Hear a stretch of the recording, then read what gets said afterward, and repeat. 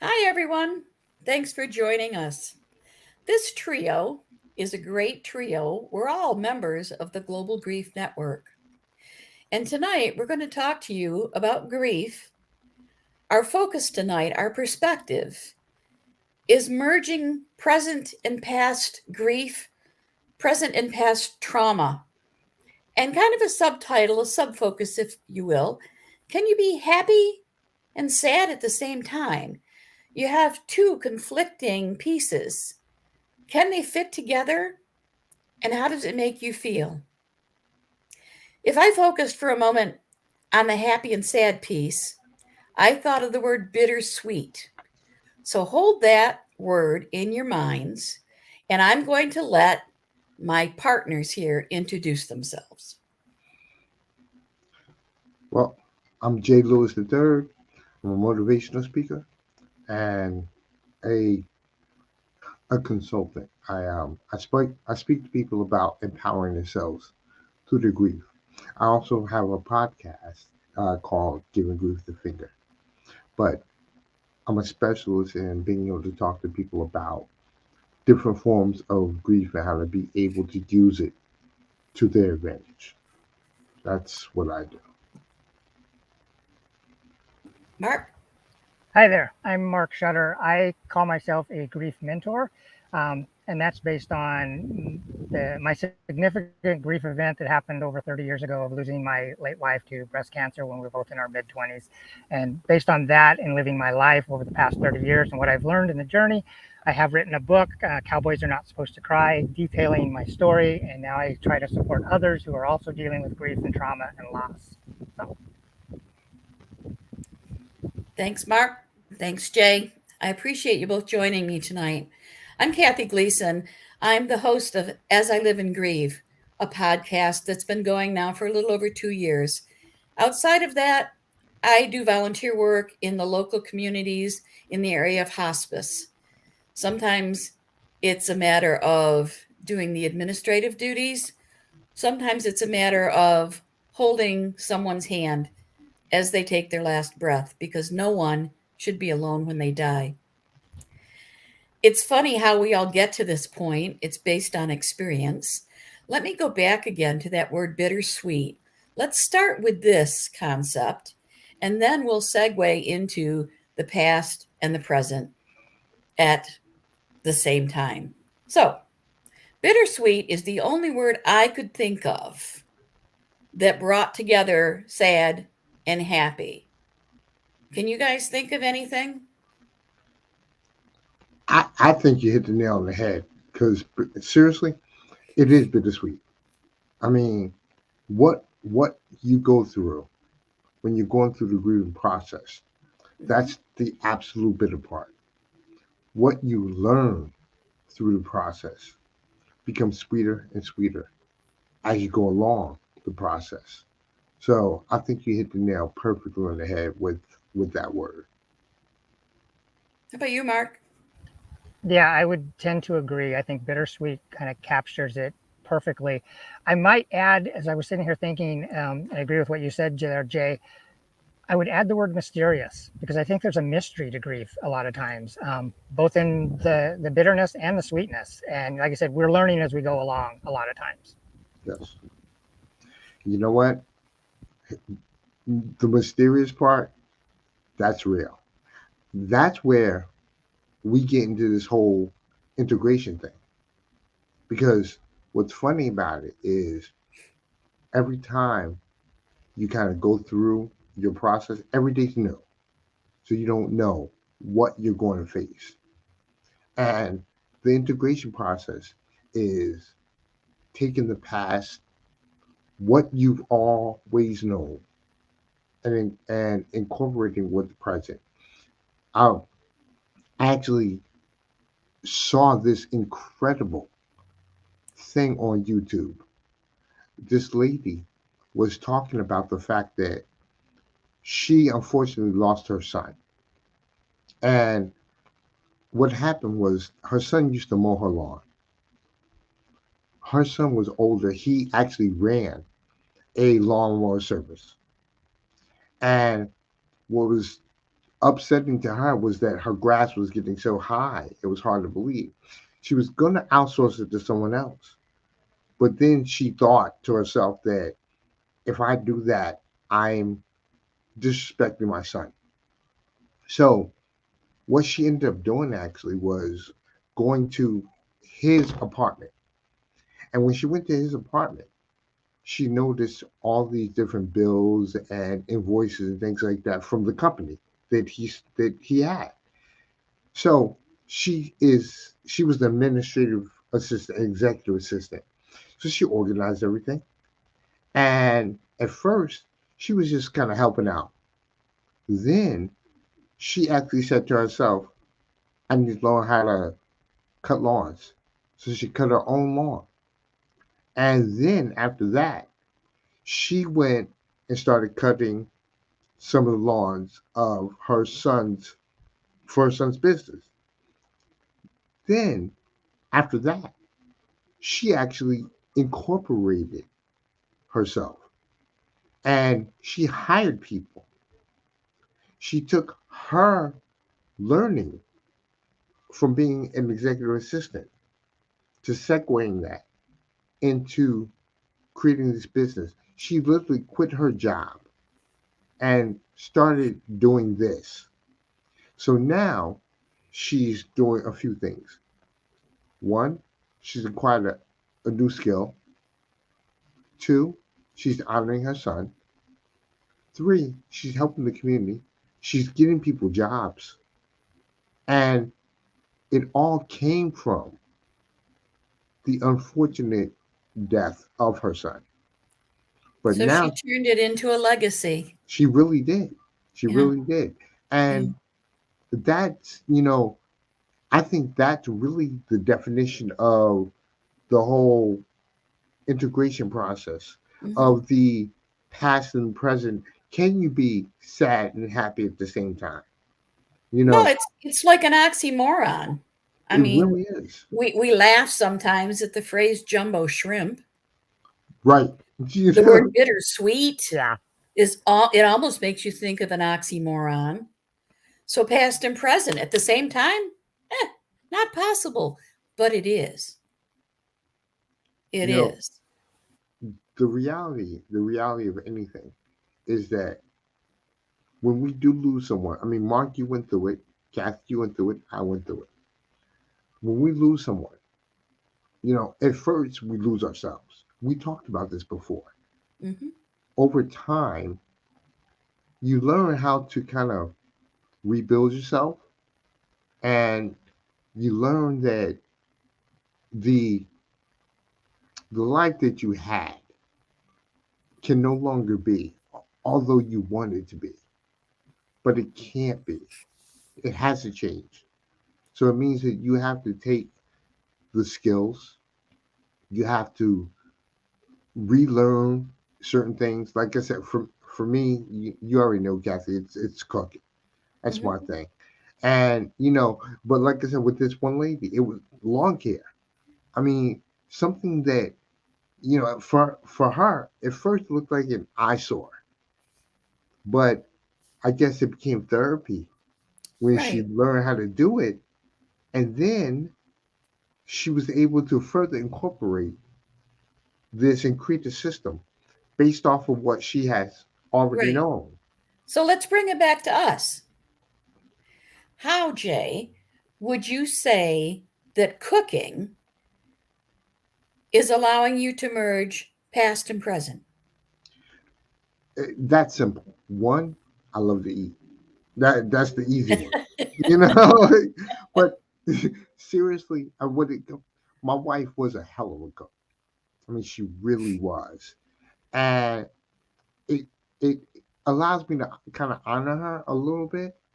Plus, my daughters love the fact that Daddy knows how to cook now, Hmm.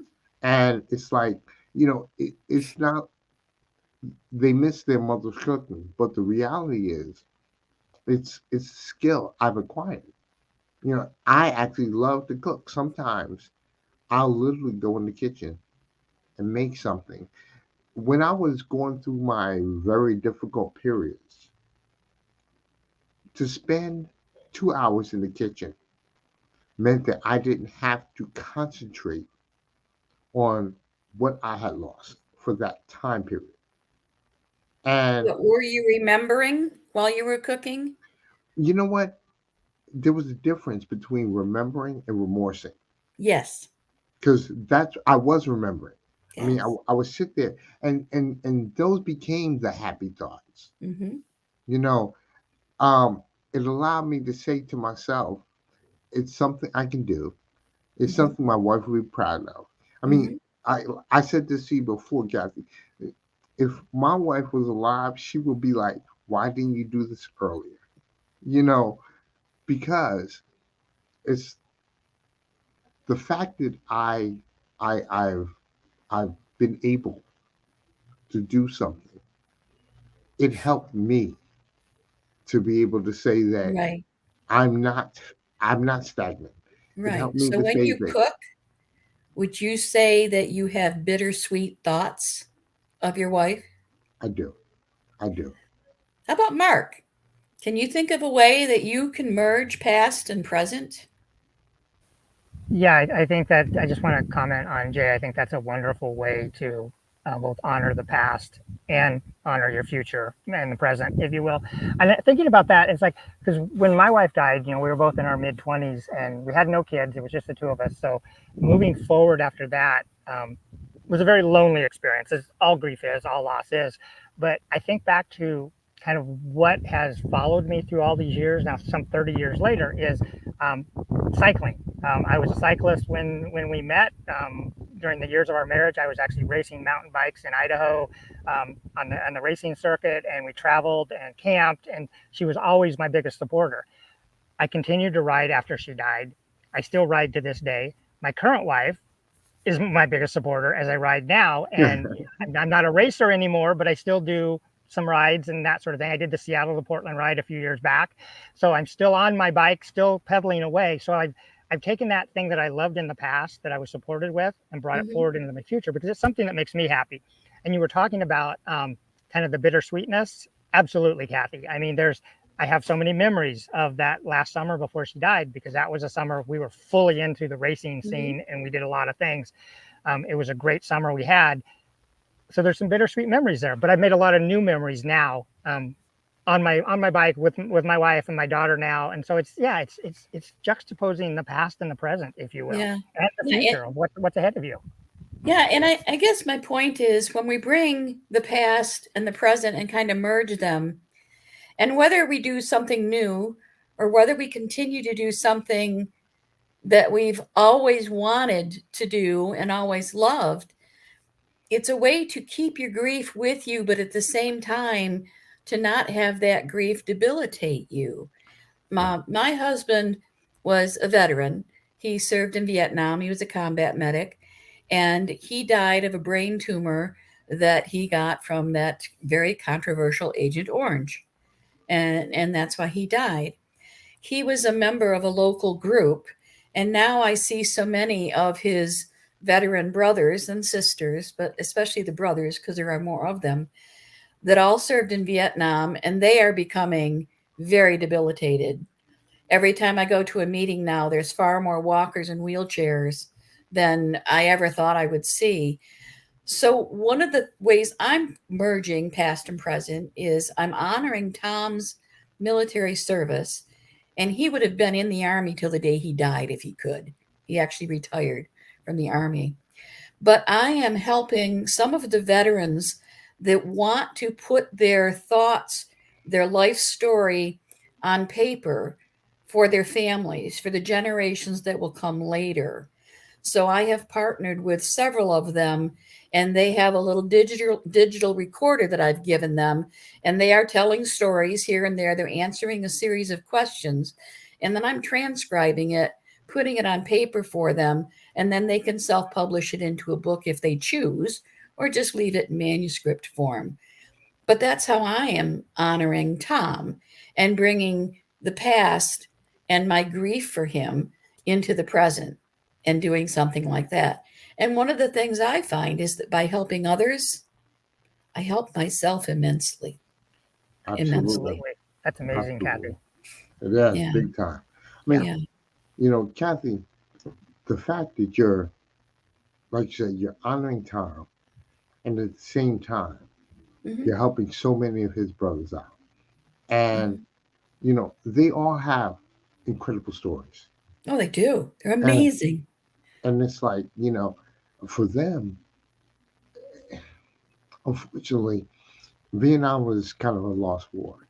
Uh-huh. And a lot of people don't realize what many of these combat veterans went through. I mean, Right. my father was a vet, so I understand.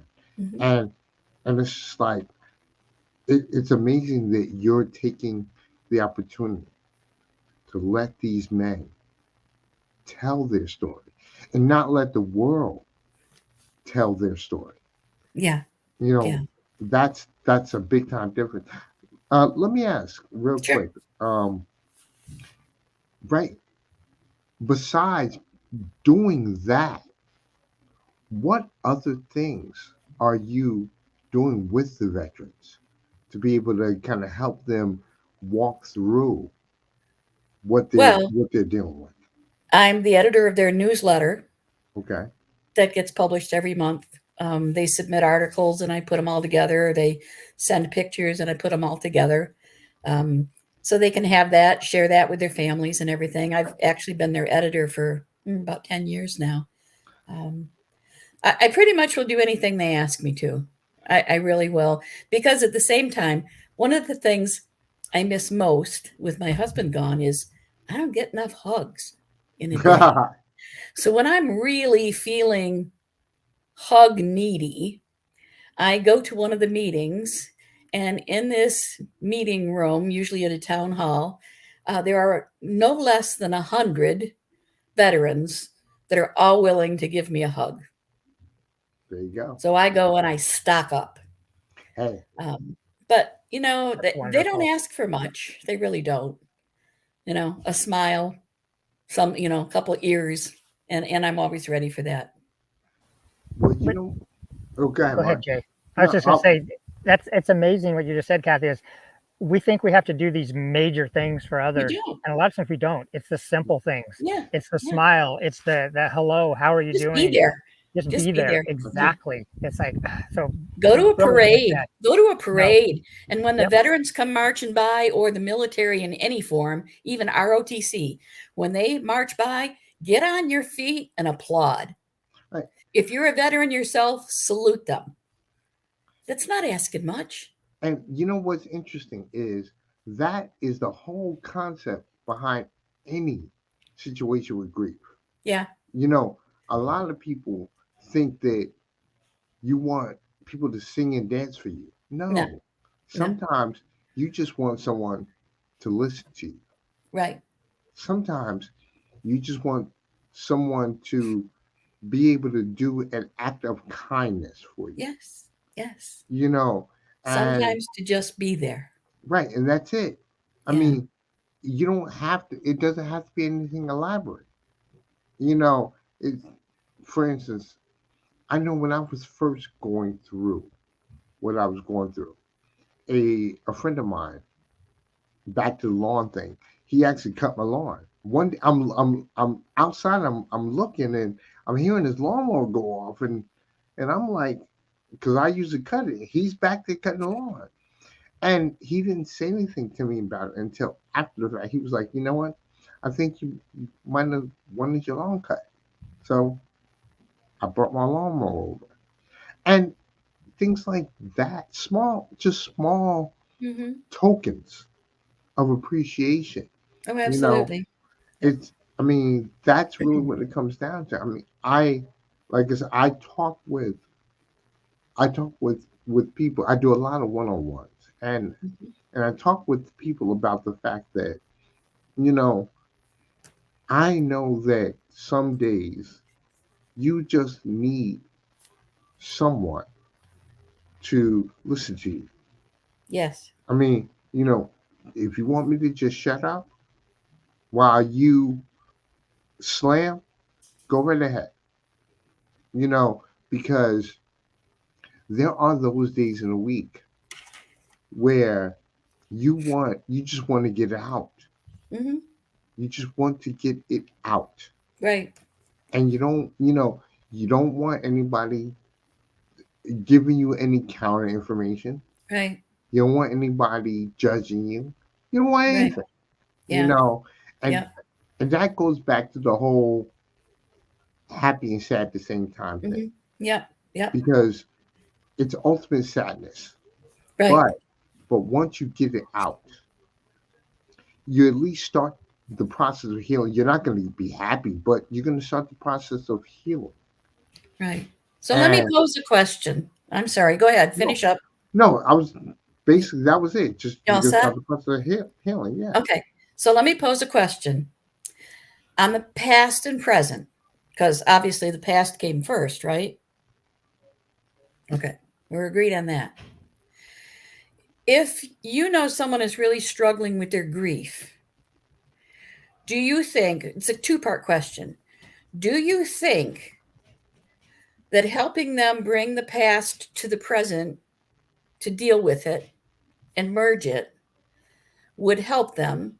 And the second part of the question is, what would you suggest? What tips or suggestions, what direction might you give them? Mark, how about you first? Well, when you talk about merging, um, I'm just gonna go here first. In my own experience, is you don't necessarily want to bring the past into your present because then it can color your present. But I think there's a healthy acknowledgement of you, if you will, of what happened in the past. You've got to acknowledge it, and I don't want to say accept it because sometimes, I mean, my wife was 27 when she died. I acknowledge she was a young woman and she died of breast cancer at 27 years old. Mhm. Do I accept it? No, No, because that's not the way the world's supposed to work in my exactly. my mind. So I've got to acknowledge it that she's not coming back. She Right. died, and I've got to move on.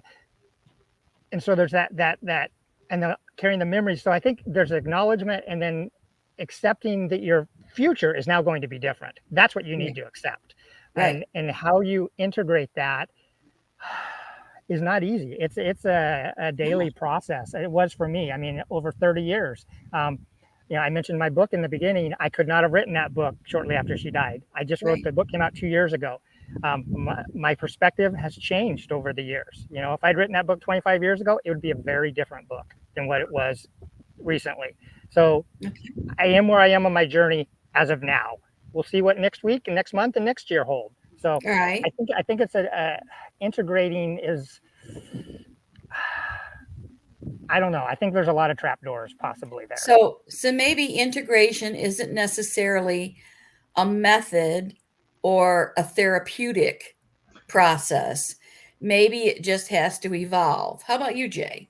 See, I see it just a little differently because when I do speak to people, I talk to them about the past is an understanding of your present. You know, use use what you've known to help you move forward. Now, it's not going to be easy, but grief is never easy. You can't forget the past. You can't forget it. You want to, but you can't because you're stuck in a situation where if you forget the past, you feel like you're forgetting the person you lost. And if you try to move on, without at least acknowledging that portion, then you feel like you're doing them a disservice. You're also doing yourself a disservice because you're now trying to code over your feelings, and that's just not true nature. I i talk to people a lot about a couple of different models when it comes to grief. One that I really gravitate to is like the dual process model, because with the dual process model, you you acknowledge your past, you acknowledge that it happened, you acknowledge that you're going through it, but then at the same time you are looking to move forward. And then there's another theory, like a Tompkins theory, where she talks about that you can take parts of the past and use it to help you create your future. And it's interesting in that respect because you now don't lose the the situation, the person. You don't lose that person. The grief does start to mitigate just a little bit because now you're honoring them is really what you're doing. You're not you're not forgetting them. Hmm. And that's why I say I see it just a little differently because you you get a chance to take the information, everything you've known, and now you're reapplying it in a way that is going to work to your advantage. It's just like what I talked about with the lead with the lawn care. You know, the reality is we're going to take what we've known in our lives. I mean, I'm 51 years old. I was with my wife for 26 years. There's no way that, you know, I'm not going to remember many of the things that we went through. And then I know I need to carry that forward. Plus, we have children. You know, I can't just sit there and kind of cut that off and adopt something brand new. And I let a lot of people know that it's okay to acknowledge the past. You So know, then, is this whole concept of past and present, is it just a topic for discussion? Is it an ethereal topic that, in the grand scheme of things, doesn't really matter, other than sometimes it just happens? it depends on the situation. It really does. Like, example. For instance, say you're say you're sitting down with family members and something comes up that you used to do with your significant other, then you know now everybody's talking about that situation and you're talking about that situation and you have these feelings that relate to the past, but now you also have to tell yourself, well, my significant other is no longer here, but the conversation that we're having with our friends, it's lasting. It's allowing us to move forward. It's But letting that's me just move a forward. fleeting moment, because whatever you're doing is going to be a short term thing. I mean, When somebody like the lady with the lawn that you mentioned, she turned it into something that's a part of her life. well, see, the thing is, that's why I said it's situational. Okay. It truly is because it can be long term Okay. or it can be quick and fleeting. So is there an advantage to trying to do it? There, there is an advantage because you'll never, like I said before, you'll never be rid of the past circumstance. So making the attempt to live it or understand it is a benefit. You don't have to dwell in it, but acknowledging that it's there is a benefit because you now know that every day you do acknowledge it, you actually gather just a little bit more strength. Okay. Mark, I see the gears turning in your head. Yeah, I, I don't know if there's that much difference there, Jay. I'm following you, and I think the acknowledgement, you know, whether the moment is fleeting or it's something like you mentioned, Kathy, that it becomes a legacy you carry on. It's like that makes us who we are. And you know, my experience of what I went through, the choices that I made, good or bad, at that time and afterwards, have come to make me who I am today. And I have to acknowledge that and accept Hmm. some of that. And if I want to change, integrating, if you will, the past into my present and my future, that's an intentional act, I think, a lot of times of making that choice to what I term as moving forward, not moving on, but moving forward Right. with your grief, because you're always going, like you said, Jay, you're always going to have those memories, and you're going to carry those with you. I carry every memory with me in my heart and in my mind. It's like even after 30 years, so those don't go away. And I know what you said about we worry about losing them or forgetting them if we move on. I used to deal with that, but I no longer deal with that because I realize that's not going to happen. Right. But sometimes Absolutely. learning that it takes time. Okay, so on a larger scale then, since we are part of the global grief network, let's expand the word grief to other situations other than death. And compare, for example, in the case of a divorce, or if you tried and tried and tried, went through 5 job interviews and really wanted this job, and then boom, you didn't get it, or you had a job for a number of years and then the economy, just went really Right. bad and the company folded. So in that type of a loss, in that type of grief, and we all know my favorite definition of grief, very simplistic, is that grief is merely a normal reaction to an unfortunate event Right. in its simplest form.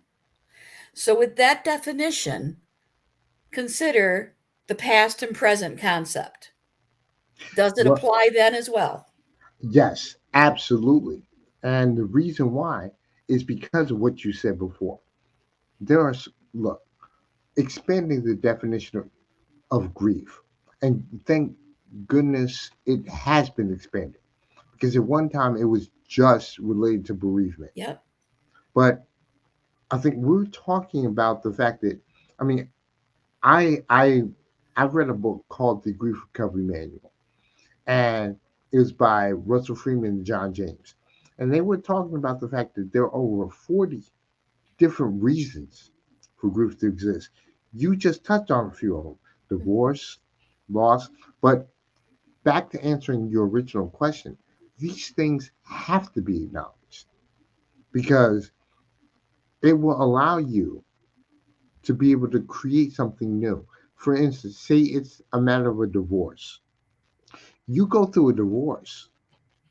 Well, you've lost something, but now you have created a door that will allow you to possibly find something that can give you a different form of happiness.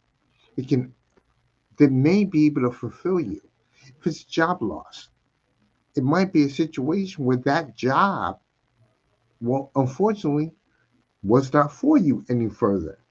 And it gave you an opportunity to recreate yourself and build another option that might work to your advantage.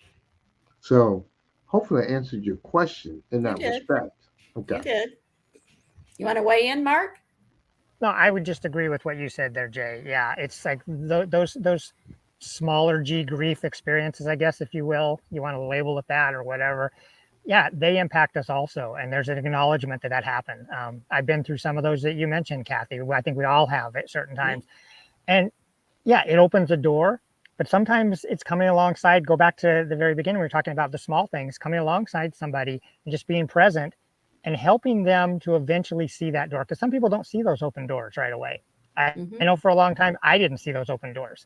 So it takes time to come to terms with that. Some people quicker, some people it takes longer. And I think that's where we as support in this area can really help people in seeing those open doors and seeing those new opportunities. And even if it takes a while. I agree. I agree completely. Absolutely. Go ahead, Jay, and then I'm going to put No. one more twist on our discussion. Well, what I was going to say, Mark just again hit the nail on the head. The reality is we have to be able to create the opportunity for them to see the door. They don't necessarily have to walk through the door right then, but letting them know that there is a door. That's the key. Yes. And when they're ready to walk through it, it's there for them. You Yeah. know, so go ahead, Kathy, my bad. Well, I was just going to say, I try to tell people too that it might not be a door. It might be a piece of scrap paper that fell on the ground. That might be your sign. So be open to most anything, Yes. you know. And in addition to being open to most anything, don't do this. Don't try to push one door open with your hand and leave one door open with your foot. It doesn't work. That's the most uncomfortable position to be in, because again, that is taking the past and the present and trying to simultaneously integrate them. At some point, acknowledging the past to move to the present is one thing, but trying to live your past and your present at the same time is not beneficial. That will that'll make you really stressed out, depressed, upset, because you can't go back. There is no time machine. You know, I tell my clients all the time is you can't unscramble eggs, but you can make a hell of an omelet. So that's the way you need to see this.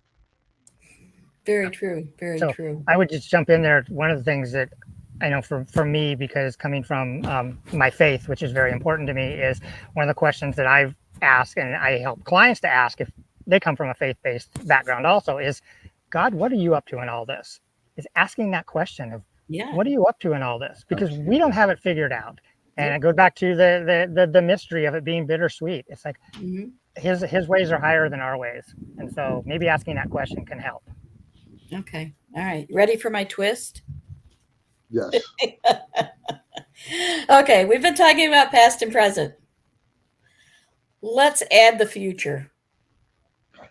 See, Can you do that anything to prepare yourself? yes, because Yes. here's what's interesting. The past will help you to understand the future, How? because you know that you're going through a learning process. And because you're going through a learning process, learning is a future event. I mean, you can even learn something from the past that will help you in the future. And that is a reality, because again, it's the way you go about it is, say it's riding a bike like Mark does. You have to learn how to ride that bicycle. And once you learn how to ride the bicycle, the more you do it, the better you become at it. And once you become better at it, you'll continue to do it more and more. That is a future aspect. You see, I, it's very weird, but you've taken your learning, which is a past event, and you're now continuing to become better and better and better at it to do what you do. Like I said, taking the bike riding scenario. At first, you didn't know how to ride a bike. Then, eventually, you learned how to ride the bike. Now, you have love for riding the bike, and you ride that bike. Each time you go to a new circumstance, and that brings you into the future.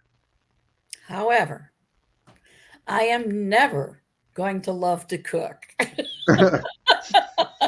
I am never No, going to be a cyclist. But you know I what? will forever be a That's great okay. listener.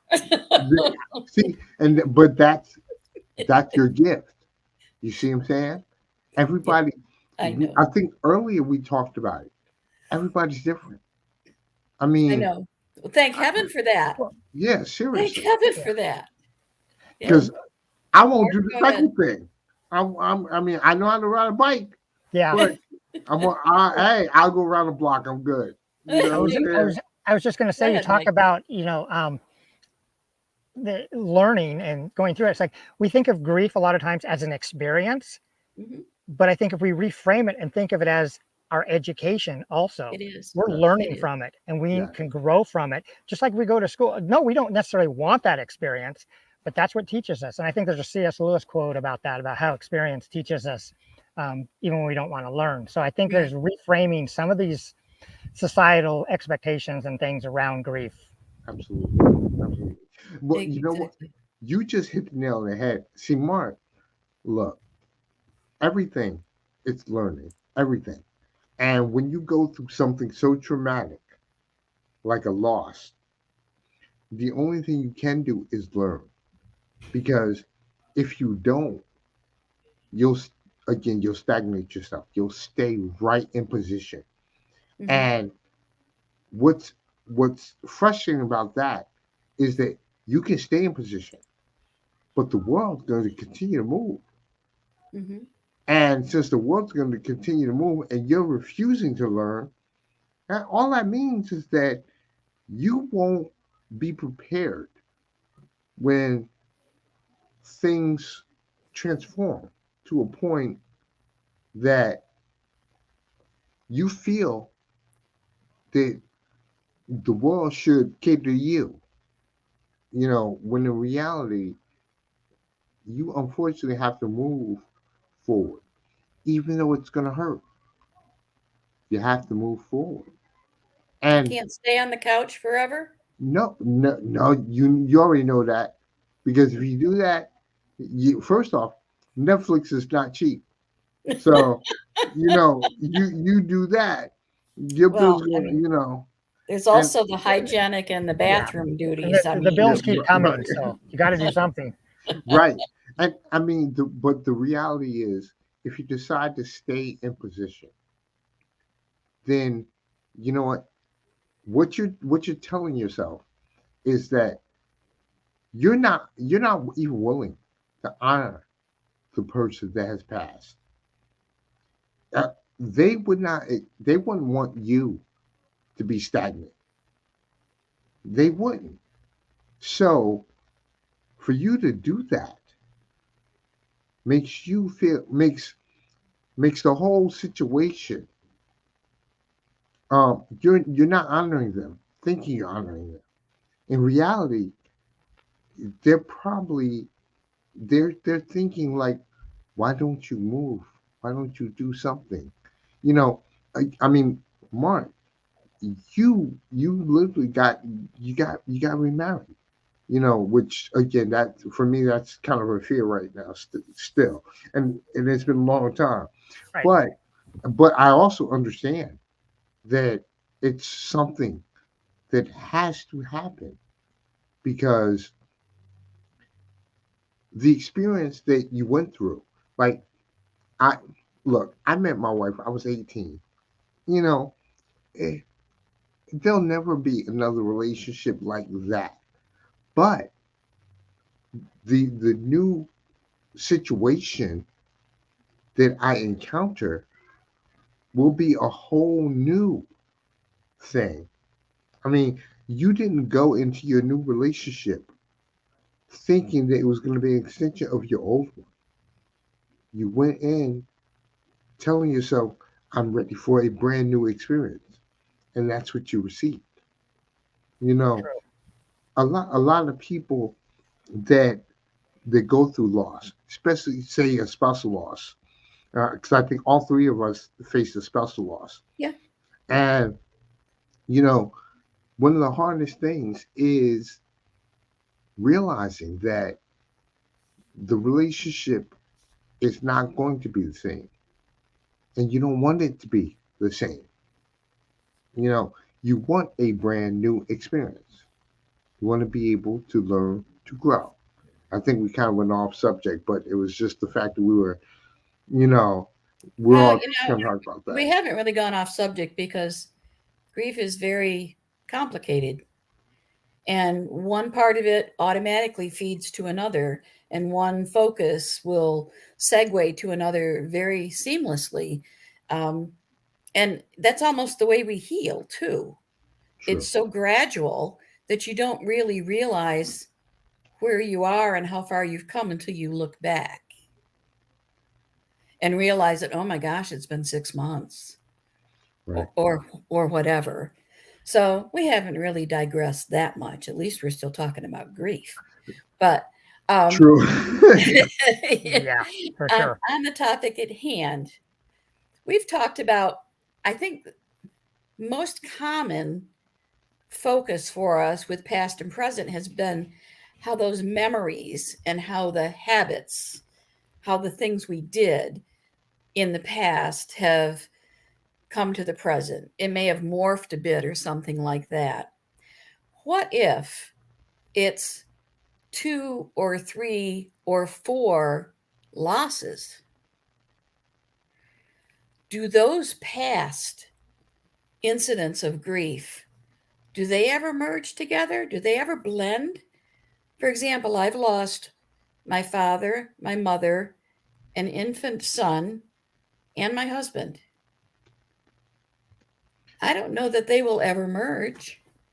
I see that is something I don't know. I like my Well, my my we're only mother-in-law. doing theories here. I'm saying, Kathy, your experience it's interesting because like my mother-in-law, she lost both her daughters, her husband, Hmm. and and that, right. I mean, I know that I was having a hard time. Her and I were having a hard time with each other just because I didn't understand the pain that she was going through. Hmm. And I couldn't understand how she was upset at me for for what I thought was no reason. But come to find out, I'm thinking, well, every time she saw me, she saw her daughter. And so now I had to understand that. And I had to understand that the way she processes her situation, it's going to be different. Um, the merging, though, honestly, I don't see that as emerging because I don't see it as happening because each each circumstance is unique. You lost an infant son and you lost a husband. You know that parents, all three of those are different segments Right. of grief. You know, you're going to process that loss differently. I lost my father and and my wife. Well, love them both.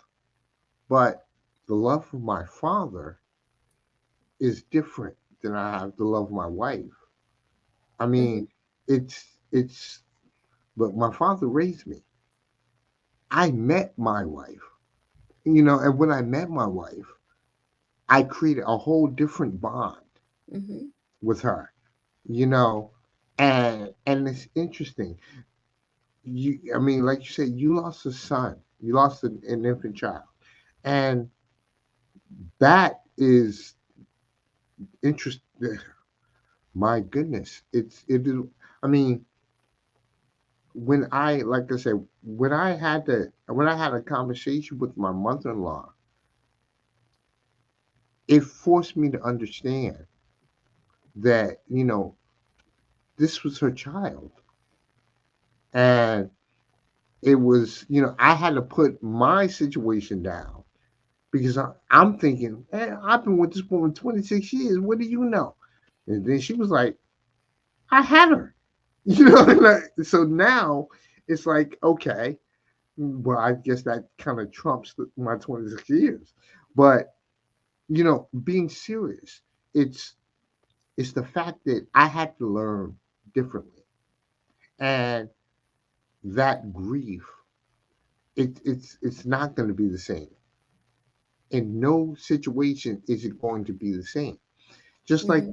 her husband's grief versus her children's, the loss of her husband and the loss of her children. different. It's just Mhm. totally different. You know, I mean, I think that we will learn how to address the griefs that we're dealing with, but we can't merge them together. They're not all under one umbrella. As a matter of fact, I often say they might be under the same umbrella, but everybody's getting wet on a different side. That's it. You know, uh, Yeah. What it's about kind of you, like Mark? Do you think past and present, is that specific to one incident at a time? And maybe each incident can have their past merged to present, whatever. Or do you think it's possible for multiple incidents to blend together past to present? Did that make sense? I think I know maybe where you're going. I'm not exactly sure. Um, I honestly don't know. I'm just going to Okay. be point blank. I don't know. My experience, losing my late wife at an early age was the significant grief event of my life. I've Mhm. lost grandparents, I've lost some cousins, aunts and uncles, pets that we've had to put down, but both my parents, aging parents, are still alive. You Mhm. know, so I haven't experienced that. Both my siblings are still alive. I haven't experienced sibling loss or Mhm. a child loss. So I think each grief event is they're similar in the fact that they may involve death or the loss of something, Mhm. but I think each experience is, to your point, Jay, is unique in and of itself, based Okay. on who it was, our experiences with that person or with that thing. Um, so I don't know if there's a merging, to be honest with you. I All think right. each one carries its own significance. Then how about if we go to the more expanded definition of grief? If you say have a pattern of losing or not getting 3 jobs or 4 jobs that you really, really wanted. In that instance, do you think a past could merge with the present? yes, and I'll tell you Yeah, why. go. Different though, right? It is Yeah, different, yeah. Yeah. because let me show you something. You not getting 3 jobs, that's a sign from the universe, God, whatever It's you a want to say, pattern. It's There's a that something else pattern. going on there, that possibly. right that perhaps you need to explore options within yourself. Maybe Even you in the need to, case of divorce, that could be a yeah, pattern. again, and if you had multiple marriages from a divorce, then maybe you need to take a second look at what are the things that you. No, Jay just kind of froze up for a minute. But Oh, There you am go. go I ahead. back? Am I You're back? back. Yeah, Okay. go ahead. There's a difference between blame and responsibility. And when it comes to a divorce, a lot of people want to throw blame. It's her fault. It's his fault. It's it. Mhm. Sometimes you have to internalize it and understand that what were you responsible for? Well, it takes a pretty sophisticated person to realize that, though. I don't think that's the norm. And I don't want to get so far off topic that we lose track of the grief part at all. But isn't it curious that in those instances, past multiple incidents can kind of merge past to present? Yeah, but But Kathy, not to cut so you off, what's the key? What's the key? not to cut you off, but No, it's all right. back to the divorce thing real quick. That's still a grief, and you Well, I know come. that. No, what I'm saying is, you adapting responsibility from blame. That's a grief because now you are forcing yourself to look at a circumstance. Again, it doesn't matter how sophisticated you are. You can make the decision Hmm. to blame someone else. But Yes, but then that means you'll constantly follow the pattern. right. You see what I'm saying? Oh, yeah, I see what you're saying. And I see what you're saying. and and if you want to make a change to the pattern, if you want to prevent your grief from happening again. Take some responsibility of the event to find out what it is that maybe you need to change in order to make perhaps you're looking at the wrong people. Well, I, Perhaps, I agree. you I know, agree. So what's the difference then? Why can those type of incidents like divorce, loss of job, things like that, why can those merge together and kind of past to present when they merge together and not death? What's the because difference? because you know what? Everyone's relationship with the person is different. And again, a job situation is not necessarily a a sentient being. You know, the loss of your son, your daughter, your wife, your husband, your parents, that's a relationship. And each relationship is different. And because each relationship is different, you can't merge those experiences. You know, I mean, even though the jobs might be different type of situation, you know that you're trading time for dollars and you're working 40 to 50 hours a week. And, you know, there's an end to a means in any situation related to, say, a job. It's not that way when you lose your son or your husband or your wife, if you understand what I'm saying. I mean, I don't know if I'm necessarily hitting the mark with with what you were saying, but my whole thing is, like I said, you, I just don't think that I think that the relationships that you have, Hmm.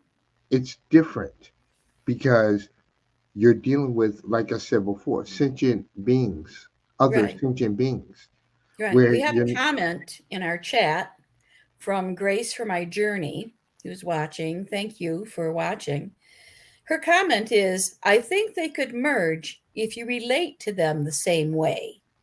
I think that would be unique to each person going through the grief. So her first sentence, I think they could merge if you relate to them the same way. What do you think? well, it's first off, it's a very interesting premise, but I I just personally can't see. I mean, my relationship with my daughters, for instance, it's not the same as the relationship with my wife. Right. But And But what are we about talking? mother and father? see, again, let me explain something. Here's what's interesting. My parents were divorced. I lived with my mother. Okay. My rel- my relationship with my father was when I was older, Right. and I was able to understand some things with him, and him and I built this incredible bond together. But it's still not like like let me tell you something. With my mom, she's she's unfortunately she's just suffered breast cancer. She's dealing with that. Mm, And you know, my whole thing is um like when I lose my mom, I'm like, you know, because I was there mhm. when my father passed, and that was hard. But there's a difference between the relationship with my father and me and the relationship with my mother and me. Mhm. Again, and but it's also different with each person. Right, right. I'm just posing, Mark, I'm going to ask you, what if, with Grace's comment here, what if it happens to be your parents? Now, I understand Tony's parents had a different relationship. My mom and dad were married for many, many years before my father died first. And then after that, my mother remarried and everything. But I believe I cared about both my mother and father in a similar fashion. as Grace mentioned, if you relate to them in the same way. I think I related to both my mom and my dad about the same way. Would those have a more of a tendency perhaps to merge? Or suppose you lost, like I know someone, she was on my podcast at one point, that lost twin daughters just days apart. See, That could be viewed as a single incident, yeah, right? and honestly, I think that's a very complex question because, um, again, it goes right back to the fact that each loss Right, or each person experiencing the loss is what I should say. right. Grace The- added a comment. She said, my parents are both gone, and I can see the grief for them are merged due to the relationship I had with them both. Both were painful, but I feel the same about them when it comes to grief now with them. So sorry, Grace, for my journey. I empathize. and honestly, I she's probably correct because that's her personal experience. Okay. And Right. and Let's hear from Mark. go ahead, Mark. No, I'll be honest with you. A lot of this is, I don't want to say it's going over my head, but I'm like trying to encapsulate my thoughts, if you will, because I haven't given this a lot of thought. Kind of caught me off guard there, Kathy, but I think that's not a bad thing. But that's sometimes where the best discussions come absolutely. from. And I'm thinking about I guess my question back to you though is like, what's the definition of merge? What are we talking about here? Because Do they kind of blend together? Yeah. Like I can think of, for example, I guess here's my example. Maybe Grace can come up with one as well. I think of Thanksgiving, and it's certainly not the same as it used to be. So I can think of Thanksgiving dinner when I was a teenager and going to my great aunt's house to have dinner. And my father would always cut the turkey because the joke in the family was he was the only one they would trust with a knife. And then, my mother always would fuss and make sure that like the milk carton was not on the table, that the milk would be in a pitcher on the table. And she was fussing for all those fine, fancy little details because it was a special dinner. So I can think of my parents at the same time in that memory. Okay. At the same time, I think about my current financial situation and think my parents would be proud of me right now. Though I did go through a number of years that they wouldn't have been so proud of me because I messed up my credit and it took me a long time to get it back. So I guess that's my thought. And, probably in the grand scheme of things, it probably doesn't make any difference. But we're just kind of theorizing here. But you know what? It does, Kathy. And because, see, your relationship with your parents, just like Grace's relationship with her parents, it was interesting because you guys had both your parents and mom and dad was there to help raise you. My situation was a little different. Right. And so that's what I was saying is it kind of goes by the grievers circumstance. Okay. So again, back to the original focus, merging past and present. Why does it matter? Does it matter? I'm going to say it matters only for this fact. It matters so that you can have the ability to move forward. Say that again? It matters so you can have the ability to move forward. A person who is in their past makes the choice to stay in a circumstance that they cannot change.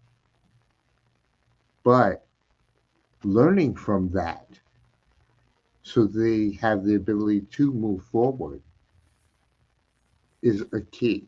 So I do think it's important to be able to merge your past and your present, because the past is that learning experience that will allow you to move forward into your future, and it'll allow you to address your present. Hmm. I have to think about that one. I'm not sure I fully comprehend that. My whole thing is your past is it, you my whole thing is you only learn from the past. Yes. And but there are many people who only want to stay in that past. Yes. And if they stay in that past, it's just like what I said before. They can stay, but the future's going to keep going. And if it keeps going, then they're not going to be able to move forward properly. And that's when things like anxiety, stress, depression creep in, because now you are busy fighting a you're fighting an animal that you cannot tame. You can't you can't go back. No matter how much you want to, you cannot. So that means that you have to take the lessons from that past to help you to be able to find a new future. You know, you can base it on that past,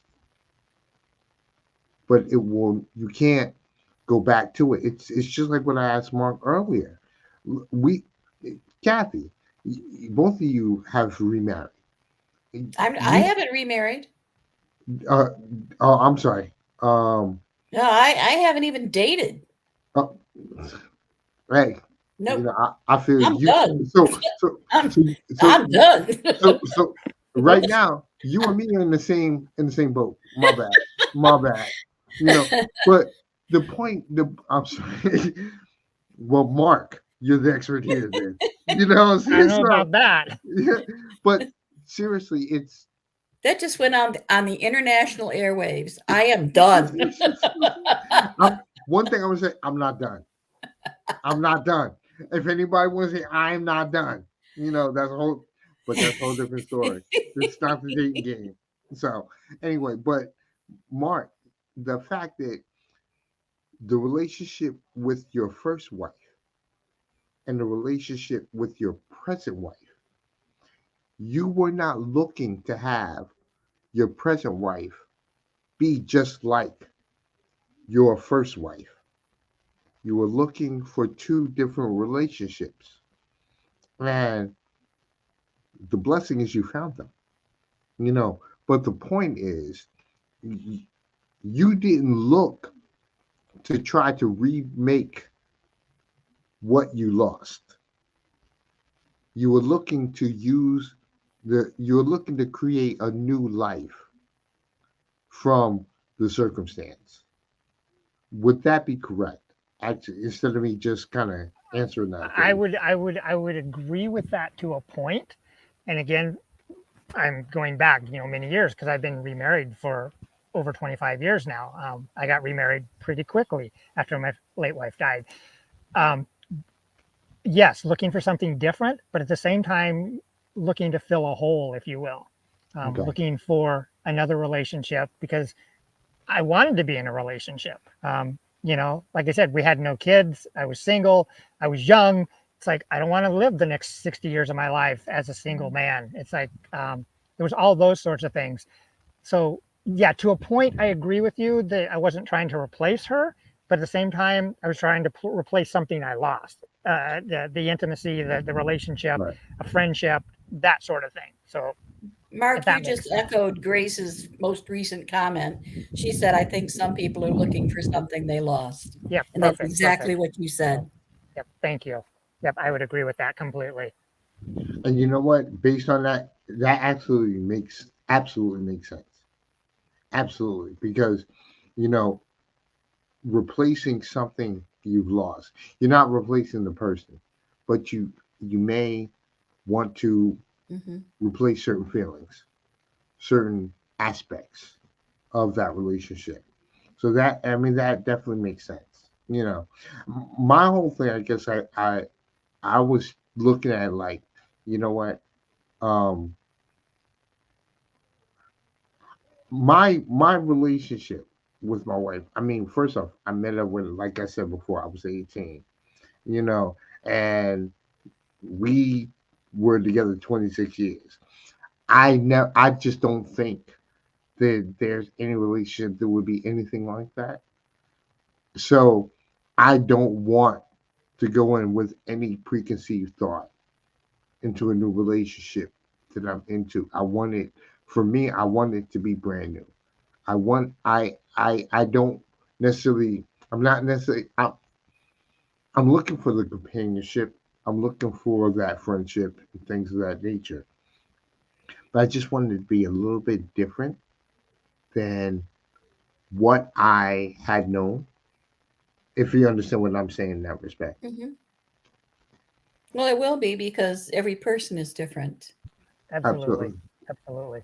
Yeah. I want to go back to the merging comment, and I just want to say this: in a lot of conversations I've had with clients, we talk about bringing, the past, merging the past, present, and the future. I think that is so different for every single person based on their Mhm. experiences. I've talked to a lot of men who honestly have had no problem of merging the past with their present, with their future, especially losing parents or something like that. And I talked to other men, myself included, who have struggled with that over the years. So I think we've got to take each. I mean, death is the, or the loss of something is the similarity, but the Mhm. experience that each individual goes through is where the uniqueness Absolutely. comes in, and that's where we've Absolutely. got to be careful about Absolutely. putting people in boxes, if you will, or giving Hmm. them, you know, just go do this and you'll be okay, sort of thing. There's no blanket of this type of thing. No, Everybody's there's not. situation, yeah, Hmm. it's there's no cookie cutter circumstance. I mean, Right. everybody's situation is very unique. And it's different with each loss. It You is. know, of the losses I've had, each one has been different. It was at a different time in my life. I was a different person each time.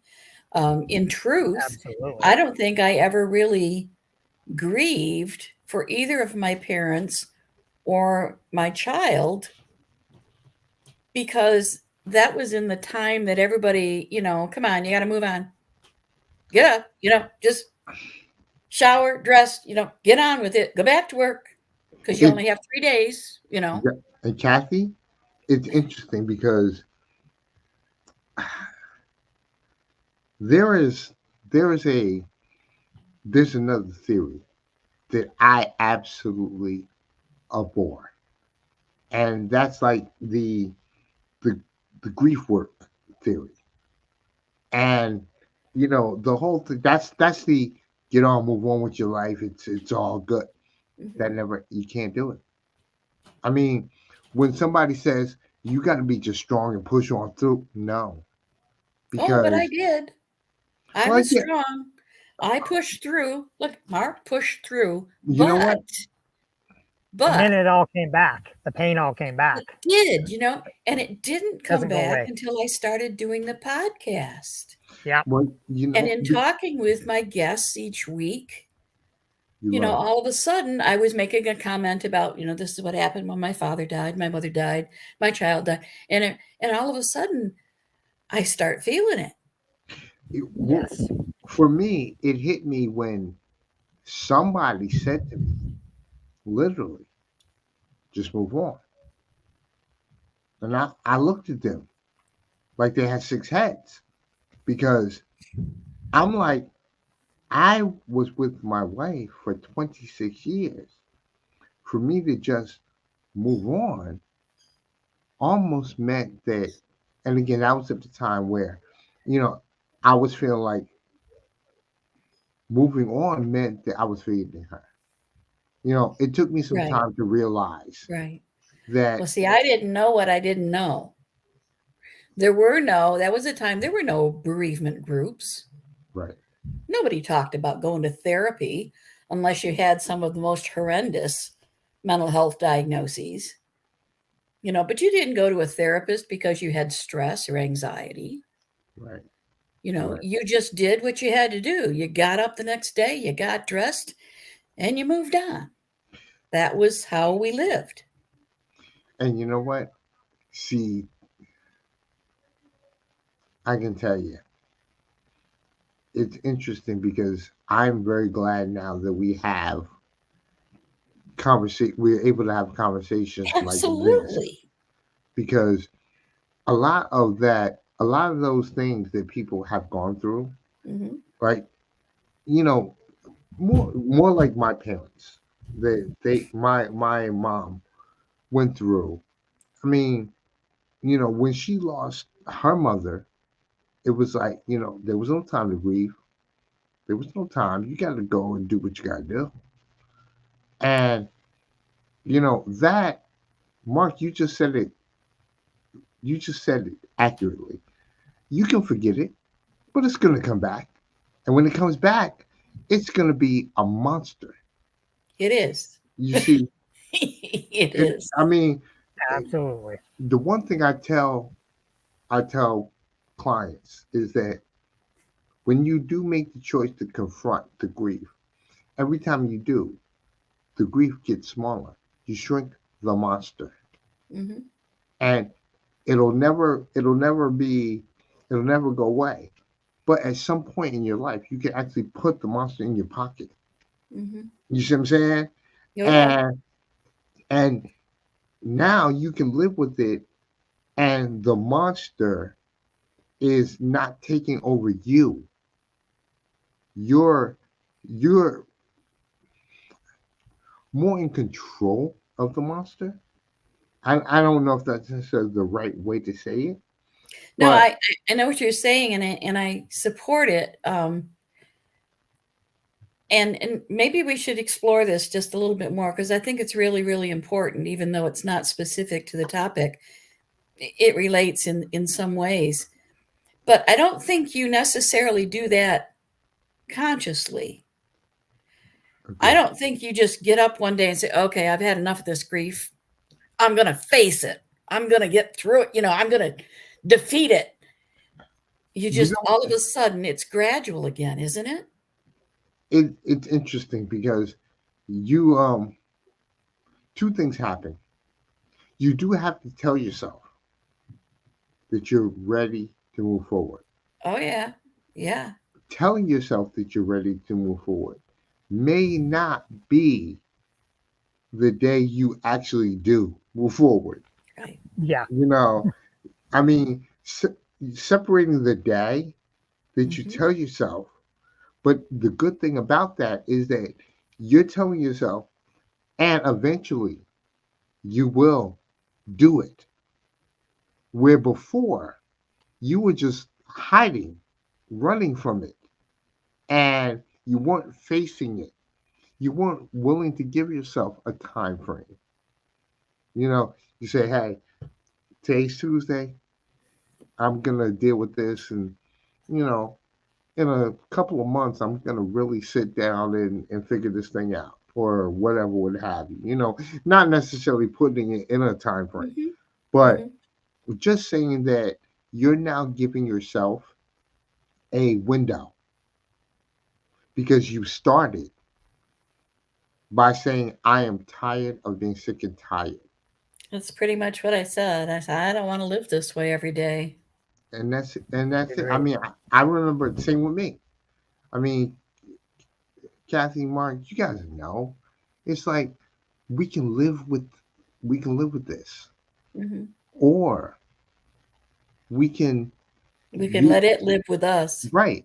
And my whole thing was I made the choice that I wanted to honor my wife as best as I could. Hmm. Cooking was one thing, but me doing all these different things. I mean, like I said, I wrote a book and, a podcast. I'm doing a bunch of stuff that I would never have done, you know, and it's given me an avenue. Her, I let me go backwards. Let me just say this. I recently wrote this article, and this article is, excuse my language, but we're going to be a little bit R right now. But the article says sometimes God wraps shitty presents, but it's the most beautiful thing inside. And the reality is, you might have that really crappy gift, which is the grief that has happened. But inside of it, you find a better version of yourself. Oh, I agree with that completely. You know, I and agree with that completely. I'm a completely different and better person. yes, and it's not a circumstance we want. Mark, you said it before. We don't want this. I mean, you know, if I could have my wife back, I will really want her back. But if I do, the fact that I don't has led me to being able to have this conversation right now with the both of you. It's allowed me to go a little bit. It's a lot actually, but Mhm. it's allowed me to become a different version of myself in that respect. Again, that's the, excuse my language, that's the shitty wrapping paper. And it's like, but inside of it was the most beautiful gift. Her loss is not a gift, but the lessons I learned from her loss are the gift. If you understand Yes, what I'm saying. yes, I agree with that. I think we've got to circle back here. And I asked, I don't think either we didn't answer it or we haven't reached a conclusion. But does it matter whether past and present ever come together? Does it matter in the grand scheme of things?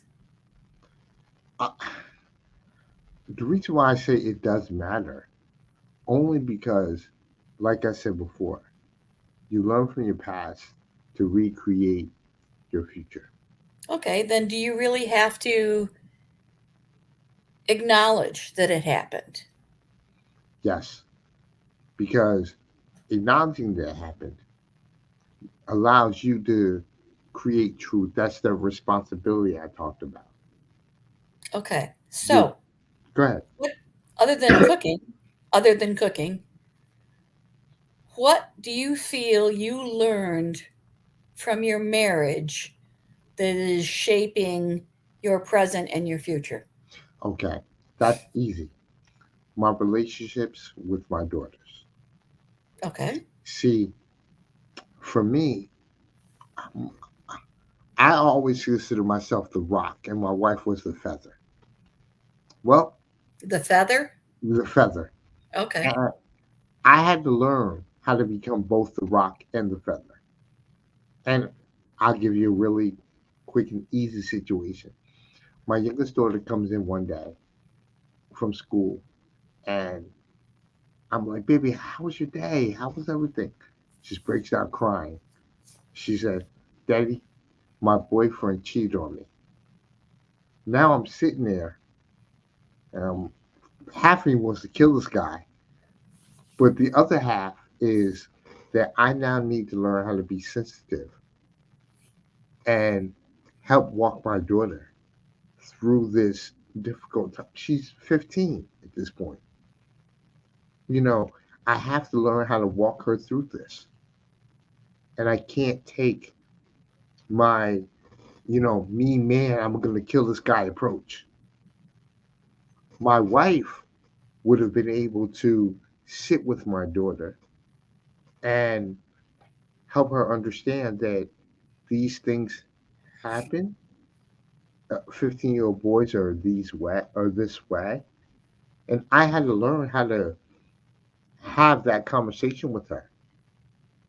and be on her and kind of understand things on her wavelength.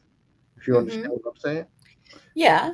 So did you just learn how to be a better parent, or did you learn sensitivity maybe from your marriage? Both, actually. Okay. How Both. about you, Mark?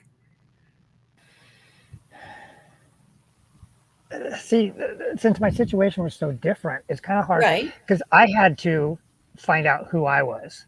Hmm. There was not a lot that I could carry into, I couldn't be the same husband I was to my late wife that I am to my current wife. Right. I had to find out who I was, and Sure. losing my identity and then reclaiming my identity, if you will, both as a husband and now a father, which I never was before. So there's all Hmm. that tied into it. But Sure. yeah, I think relearning a lot of things and or re-educating myself, if you will, in some So, ways. so maybe you just got some direction, Yeah, so just a general direction of where you needed to go yeah, so that in the future you could be a better person. exactly. How about you, Kathy? We're gonna now Yeah. throw this question Oh, I on was you. hoping I wouldn't get asked this question. Wait, I'm the facilitator. I don't have to answer. No, I'm just kidding. Um, what did I learn? I guess I learned to be open to new ideas, new concepts, new theories, new thoughts, and I learned to listen better.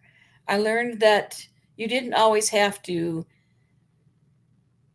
you didn't always have to be the superhero to come in and fix things. That sometimes it was just enough to almost be a bystander and just absorb and better understand what was going on around you. I guess that's what I learned. That's and that's an important skill Oh, because yeah. I mean, like you said, I mean, you know, moving from being that person that's always the GI Joe, Hmm. always jumping in Yeah. and and learning is sometimes just listening to this because that was my thing. I Hmm. mean, I was always wanting to be the action taker, Hmm. but learning how to talk to my daughters, I had to learn how to listen, Right. you Yeah. know, and that was it's just it's interesting. Yeah. Well, I would usually try to fix something, but now I realize it's better to maybe help someone else learn how to fix it Yes, or to find their own path to do it instead of being the guide, follow me. It's not so much about that. It's finding the way that they need to do it for themselves and supporting them along the way. absolutely, absolutely. Yeah. Yeah. So, percentage 1 to 100, is your life today, or how, by percentage, how different is your life today than it was the day after your wife died? For me, 100%. So Okay. because only because, like I said, I picked up all these new skills, all these new things that I never would have if I hadn't lost my Okay. wife. And how long has it been? She died in 2016, so it's been 7 years. Okay. How about you, Mark? See, I would thinking about that. I think I would say 99%, and the reason I 99? say 99% is because there's still things that I carry forward from that experience into today that have made me who I am today. The experiences I had with her, the experiences of watching her get sick at a young age and being the caretaker for her at a young age, both of Hmm. herself and myself, has impacted to who I am today. So there's still that impact even 30 years later of who I've become. That's why I say, but 99% of my life is different, but there's still the effects of that on my present day life. You know what, Okay. Mark? I'm Yeah, gonna change my answer to 99 too. yeah. I I feel you. You're Yeah. right. You're So definitely right. You Yeah. know, And how long has it been for you, Mark? It's been a long it, time. it was 30 years in April 30 that she years. died. 30 years. She's been dead longer than she was alive on Earth, and longer than I've been alive since she died, if that makes sense. Yeah, So yeah. it's been a long Yeah. time. Very different Well, world nowadays. You know, the three of us can certainly answer one question. There's no time limit on grief. You know, there isn't. And that you're going to carry grief with you. Okay. So I have the little signal that we can wrap it up now. Okay. So let's do one thing. I want each of you to take a turn, and I want you to speak to the viewers. Remind them again who you are. Let them know where they can find you, and let them know just something important that you've learned from your journey. Well, my name is Jay Lewis III. I'm a life coach, specializes in using your grief to empower you. You can reach me at jl3motivation.com. That's my website. You can also catch me on Facebook, Jay Lewis III. Same with LinkedIn. And I do have a podcast called, again, Give Grief the Finger. All right. Thanks, Jay. Mark? So my name is Mark Shutter. I am a grief mentor and the author of the book Cowboys Are Not Supposed to Cry. Talks a lot about societal expectations of men, especially young men, as they're grieving. I've also founded the Job 213 Project, which is my philosophy of support, where Job's three friends come to him and they see that his pain's very great, and they sit down on the ground beside him for 7 days and 7 nights with no one speaking a word. So that's what I want to offer as presence and support to those that are struggling.